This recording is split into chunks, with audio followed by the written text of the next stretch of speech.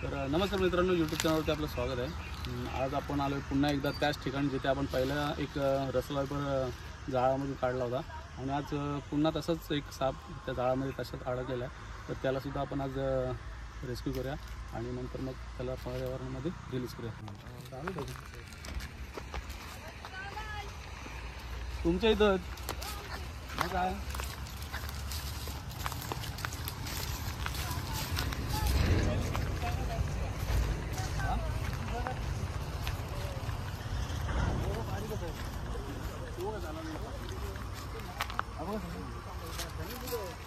वरती मान आहे, मान मोठ्या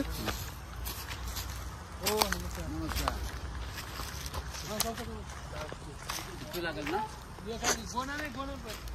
शकतो मित्रांनो, रसल स्वायपर म्हणजेच घोणस साप पुन्हा एकदा त्याच अवस्थेत लास्ट टाइम पकडला होता आपण तिकडून, इथून आपण रेस्क्यू केला होता। तर आता आहे इकडे।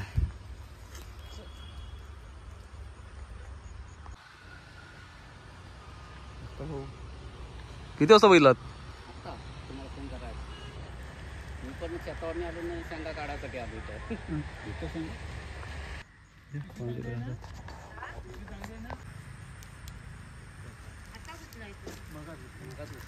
ते कावलं बसलं होतं म्हणून जरा हे करायला लागलं।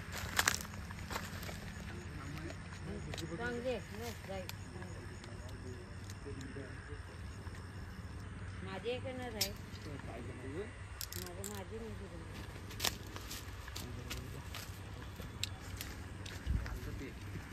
नवीन लावले ना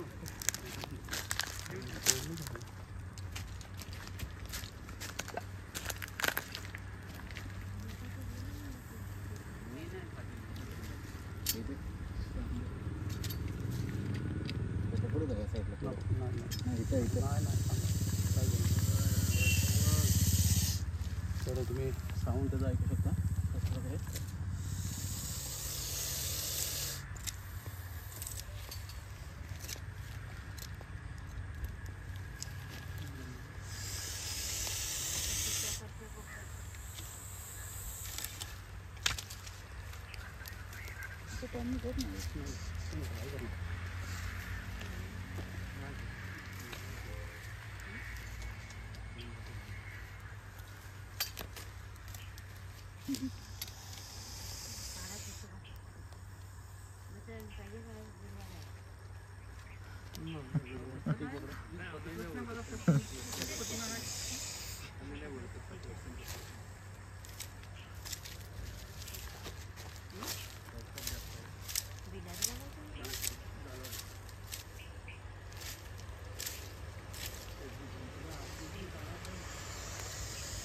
तुम्ही शेत मग नंतर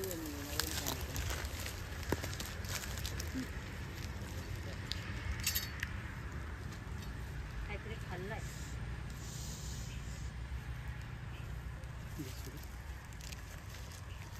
बॅग आणलीत कोणी?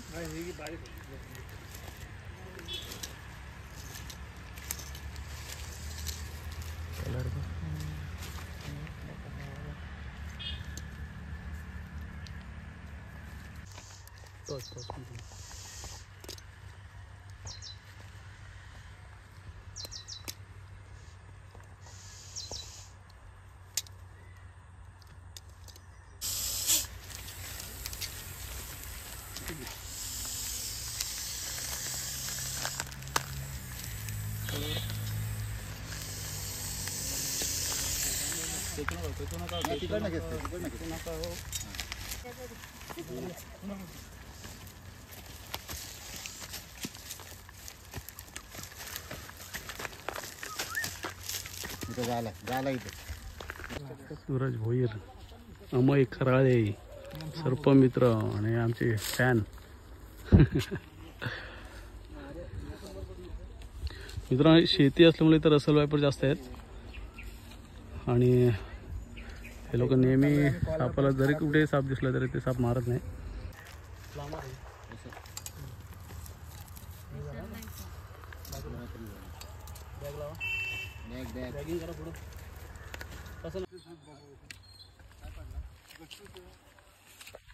मित्रांनो याच्यामध्ये ना हिमोटॉक्सिन मी सापडला जातो. त्याची साईज आता कमीत कमी 3 फूट ते असू शकतो, 3.5 फूट. चालू ठेवा ठेवा खाली एवढे जवळ जायचं ना सापडलं चालू ना.